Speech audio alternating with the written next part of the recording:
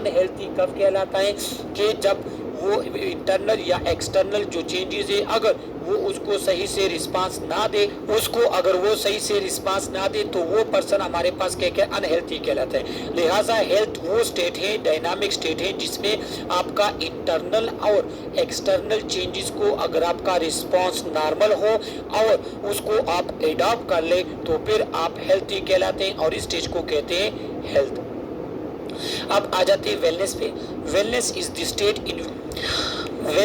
State in which attitude and behaviour enhance the quality of life and maximising personal potential. कि इसमें ऐसा होता है कि जो आपके एटीट्यूड होते हैं, जो आपके बिहेवियर होते हैं, वो आपकी क्वालिटी ऑफ लाइफ को इनहांस करते हैं, वो उसको मैक्सिमाइज करते हैं, उसे मैक्सिमम पोटेंशियल तक लेकर आते हैं। इस स्टेट को कहते हैं वेलनेस। तो wellness something related to your attitude, your feeling, your behaviors. Wellness is an active process oriented toward maximizing the potential of an individual. Wellness जो हमारे पास है ये एक एक्टिव प्रोसेस है और ये कंटिन्यू रहता है और ये आपके पोटेंशियल को मैक्सिमाइज करता है, उसे हाई पोटेंशियल तक लेकर जाता है। Wellness is a status in which individual is capable of meeting the minimum physical, psychological and social requirement of appropriate function. Wellness हमारे पास वो स्टेट है जो एक इंडिविजुअल की जो फिजिकल रिक्वायरमेंट है या साइकोलॉजिकल रिक्वायरमेंट है या उसकी सोशल रिक्वायरमेंट है, उसको अप्रोप्रिएट फंक्शनिंग तक लेकर जाते हैं। अप्रोप्रिएट फंक्शन वो जो एक इंडिविजुअल से फंक्शन एक्सपेक्टेड होते हैं, जो उससे रिक्वायर्ड होते हैं, जो नॉर्मल फंक्शनिंग होते हैं, और जब वो उसको इस स्टेज तक लेकर जाता है, इसको कहते हैं वेलनेस। अब हमारे पास डायमेंशन ऑफ वेलनेस है, तो ये 7 डायमेंशन है वेलनेस की। इसकी तादाद आपको याद होनी चाहिए कि हमारे पास वेलनेस के कितने डायमेंशन है। हमारे पास वेलनेस के 7 डायमेंशन है। एक एक करके हम इसको अब एक्सप्लेन करेंगे। फर्स्ट ऑफ ऑल हमारे पास आ जाता है फिजिकल पोटेंशियल या physical dimension. Able to carry out daily task, achieve fitness, maintain adequate nutrition, body fat, avoid alcohol, drug abuse or tobacco product, practice healthy lifestyle habit। अगर आप अपने daily task को अच्छे तरीके से परफॉर्म कर सकते हैं, आप फिटनेस जो है उसको अचीव कर सकते हैं, न्यूट्रिशन आप अपनी मर्जी के मुताबिक हेल्थी न्यूट्रिशन लेते हैं, आप जो है एक्सरसाइज वगैरह करते हैं, आप अपनी बॉडी फैट्स को कंट्रोल कर सकते हैं, अल्कोहल वगैरह आप यूज़ नहीं करते, आपका लाइफस्टाइल हेल्थी है, तो फिर आप फिजिकल पोटेंशियल पे है, आप अपने हाई फिजिकल पोटेंशियल पे है जो आपका होना चाहिए, और फिजिकल एस्पेक्ट्स के हवाले से आप वेल हैं। सेकेंड हमारे पास एस्पेक्ट है social potential. Social potential able to interact successfully with people in one environment, to develop and maintain intimacy with other, to develop respect and tolerance about different opinion and believes. देखो, social potential कहते हैं social aspects.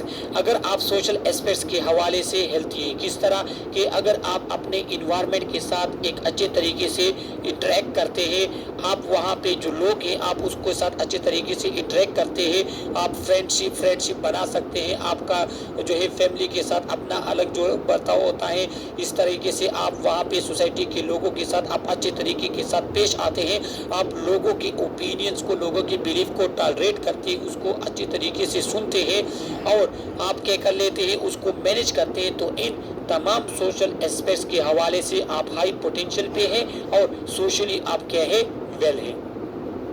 इसके बाद हमारे पास आ जाते हैं emotional potential.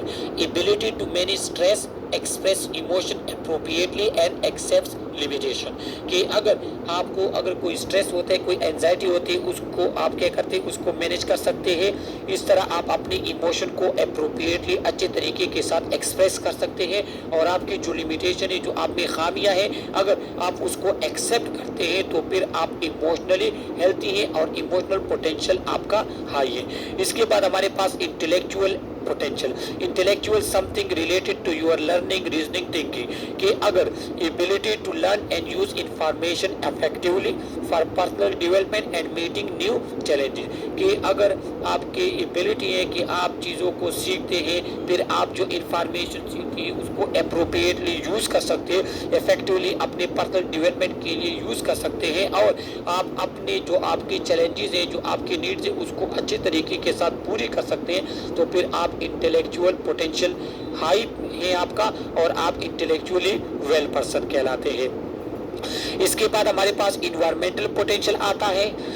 Environmental potential ability to promote health measure to enhance standard of living and quality of life in community, कि अगर आप क्या कहते हैं कि आप अपनी हेल्थ को प्रमोट करने के लिए आपके जो लिविंग कंडीशन है और जो आपका क्वालिटी ऑफ लाइफ है, अगर आप इसको अच्छे तरीके के साथ प्रमोट करते हैं, आप जो है अपने घर को साफ सुथरा रख सकते हैं, आप अपने घर को जो है हाइजीनिक रख सकते हैं, आपका जो है हैंड वॉशिंग ये चीज़ें हो गई, तो वो तमाम तरीके जो आप अपने घर में अपने लिए इन्वायरमेंट सेट करते हैं, अपने जो है डिफरेंट मेजर लेते हैं ताकि आपका हेल्थ प्रमोट हो। अगर आपकी ये एबिलिटी है तो फिर आप इन्वायरमेंटली क्या है वेल कहलाते हैं। इसके बाद spiritual potential believe in some forces or higher power meaning and purpose of life, कि आपकी लाइफ का एक मीन हो, एक पर्पस हो, आप आपका रिलीजन आप बिलीफ आपके होते हैं, आपके जो मॉरल्स जो वैल्यूज होते हैं, जिन चीज़ों को आप वैल्यू देते हैं, जिस तरह अगर मुसलमान की बात करें तो वो एक अल्लाह को मानते हैं, नमाज पढ़ते हैं, इबादत, ये तमाम चीज़ें अगर इसके हवाले से आप हेल्थी है तो फिर आप क्या, फिर आप स्पिरिचुअल पोटेंशियल आपका हाई है और स्पिरिचुअली आप वेल पर्सन कहलाते हैं। इसके बाद लास्ट जो हमारे पास है वो है occupational potential, the ability to achieve a balance between work and leisure time. A person believe about education, employment and home influence personal satisfaction and relationship with other, कि देखो कि अगर एक पर्सन हमारे पास वर्किंग इन्वायरमेंट में वो अच्छे तरीके के साथ लोगों के साथ पेश आता है, वर्क का उसका अपना टाइम है, घर वालों को वो अपना टाइम देते हैं, फ्रेंड्स वगैरह को वो अपना टाइम लेता है, सही है, तो वो क्या कहलाता है, उसके जो एजुकेशन उसके पास है, उसने जो चीज़ सीखी है उसको अच्छे तरीके से यूटिलाइज करते हैं, तो ये हमारे पास पर्सन ऑक्यूपेशनली हेल्थी कहलाता है, ऑक्यूपेशनली वेल पर्सन कहलाता है। अब आ जाते हैं हमारे पास इलनेस और डिजीज में क्या फर्क है।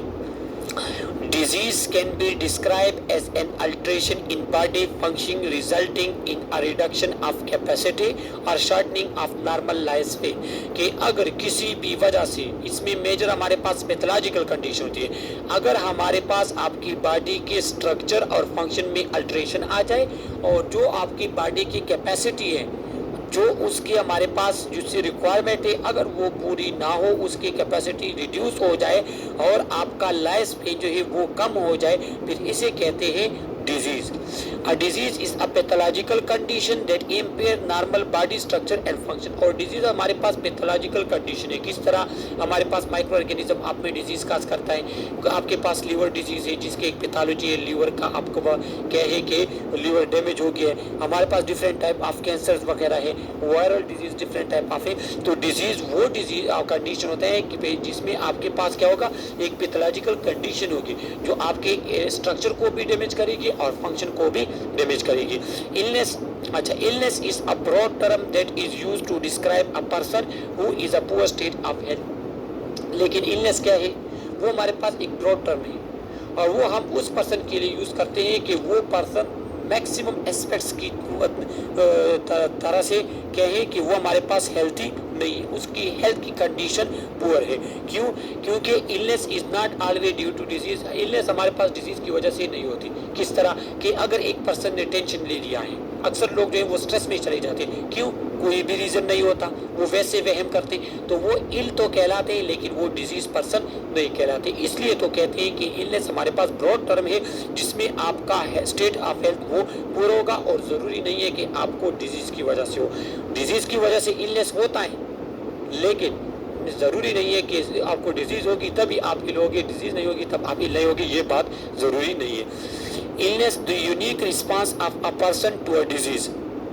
It is an abnormal, highly personal and subjective feeling in which individual physical, emotional, intellectual, social, developmental or spiritual functioning is thought to be diminished or impaired। कि अगर एक पर्सन को डिजीज होती है या कोई भी इस तरह का कंडीशन है कि उसको वो पर्सन फिजिकल भी या सोशल या इमोशनल या इंटेलेक्चुअल या डेवलपमेंटल या स्पिरिचुअल अगर वो उसको एबनॉर्मल रिस्पांस दे दे तो वो पर्सन हमारे पास इल पर्सन कहलाता है। क्योंकि अक्सर आप मेंटल हेल्थ में आप पढ़ेंगे 6 सेमेस्टर में, वहाँ पे हमारे पास कोई स्टिमुलस कोई सोर्स नहीं होता लेकिन पर्सन मेंटली जो है वो इल हो जाता है।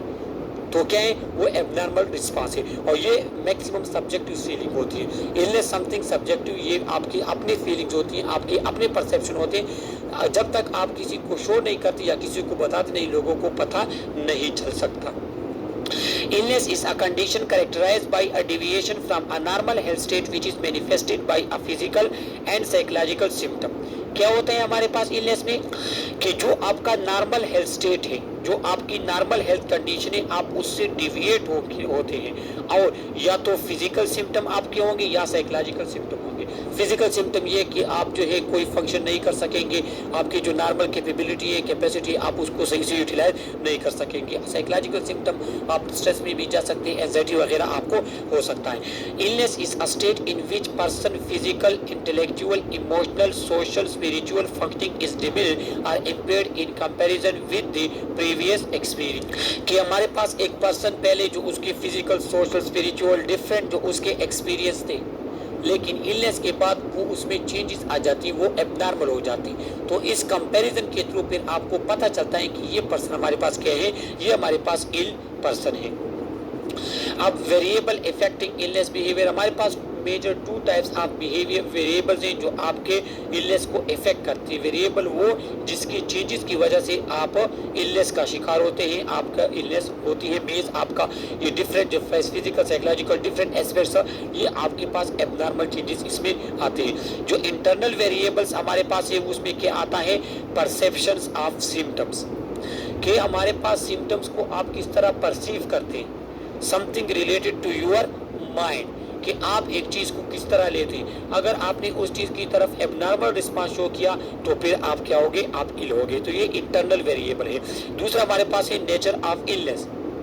इलनेस पे भी डिपेंड करता है कि आपकी इलनेस कौन सी है। आप कोई फिजिकल इलनेस आपको हो गई, आपकी एबिलिटी, कैपेसिटी, आप कोई फंक्शन वगैरह नहीं कर सकते, या आपकी psychological something related your mind, कुछ चीज़ आपकी माइंड में चल रही है गलत, तो ये हमारे पास नेचर ऑफ इलनेस भी क्या करते हैं, इफेक्ट करता है। इसके बाद कैरेक्टरिस्टिक्स ऑफ पर्सन को भी इफेक्ट करते हैं, कि हमारे पास जो इलनेस होती है उसका इफेक्ट हमारे बच्चों में अलग होता है, बूढ़ों में अलग होते हैं। कुछ लोग हमारे पास गुस्से वाले होते हैं, उसमें अलग रिस्पांस होते हैं। कुछ लोग हमारे पास शरीफ काम पर्सनैलिटी के होते हैं, उसमें अलग होते हैं। तो कैरेक्टरिस्टिक्स ऑफ पर्सन पे भी जो हमारे पास डिपेंड करता है। तो ये वो इंटरनल फैक्टर जो क्या करते हैं, जो इलनेस को इफेक्ट करते हैं। अब आ जाते हैं एक्सटर्नल फैक्टर पे।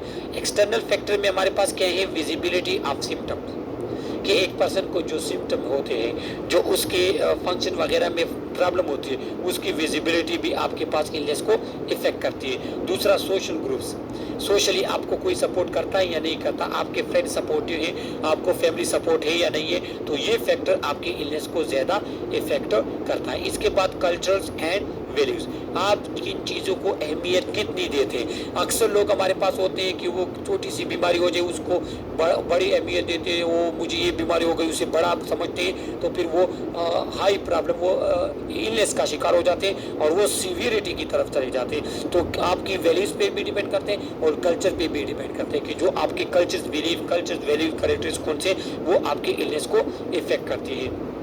क्योंकि हमारे पास जो कल्चर, मिथ वगैरह यूज होते हैं, जो घरेलू टोटके वगैरह होते हैं, तो फिर उसकी वजह से या तो इलनेस हमारे पास ज़्यादा हो जाती है, या हमारे पास लोग जो है, क्योंकि इलनेस जो है वो मैक्सिमम माइंड से रिलेटेड है, तो अगर कल्चर कुछ इस तरह के करेक्टर या कल्चर प्रैक्टिस है जिसकी वजह से आपका माइंड सेटिस्फाई हो सकते हैं, तो फिर ये आपके इलनेस को इफेक्ट करता है और आप इलनेस आपकी ठीक हो सकती है। इस तरह हमारे पास इकोनॉमिक वेरिएबल, ये तो आपको पता है कि फाइनेंशियल जो है उसका डायरेक्ट रिलेशन इलनेस के साथ, कि अगर हमारे पास लोगों की जो है जॉब वगैरह नहीं होती तो फिर हमारे पास वो मेंटली इल होते। इसके बाद accessibility of health care system, health care system अगर नज़दीक है, वो आपके पास एक्सेसिबल है, आपको हेल्थ रिसोर्स मिल रहे हैं, सर्विसेज मिल रहे हैं, तो आपकी इलनेस जो है वो कम होती है। लेकिन अगर ये चीज़ें नहीं मिलती, आपको और भी स्ट्रेस में होते हैं, आपकी फिजिकल फंक्शन वगैरह वो और भी ख़राब हो जाते हैं, डैमेज हो जाती है। इसके बाद हम आ जाते हैं टाइप ऑफ इलनेस पे, कि हमारे पास इलनेस के कितने टाइप्स हैं। तो फर्स्ट हमारे पास है एक्यूट, दूसरा chronic. Acute generally has a rapid onset of symptom and lastly only for a relative short time. जो हमारे पास एक्यूट इलनेस होते हैं वो एकदम से आपको होता है, एकदम से आपके फंक्शन, इमोशनल वगैरह चेंजेस आप में आ जाती है, लेकिन इसका ड्यूरेशन कम होता है, सीवियरिटी ज़्यादा होती है। सही है। एग्जाम्पल क्या है, जिस तरह हमारे पास अपेंडिसाइटिस हमारे पास है, नमूनिया है, डायरिया है, कॉमन कोल्ड, तो ये इस तरह की डिजीज है कि ये abrupt with in few days जो है वो आप में क्या कर लेता है, आप में प्रॉब्लम क्रिएट शुरू कर देता है, आपको पेन स्टार्ट हो जाती है, आपकी फिजिकल इलनेस आपको हो जाती है, क्या आपके फंक्शन वगैरह वो कम हो जाते हैं, एबनॉर्मल हो जाते हैं। तो ये हमारे पास वो इलनेस जिसका ऑनसेट एकदम से हो और वो इतने ज़्यादा क्या कहते हैं सख्त हो, उसकी शिद्दत ज़्यादा हो, लेकिन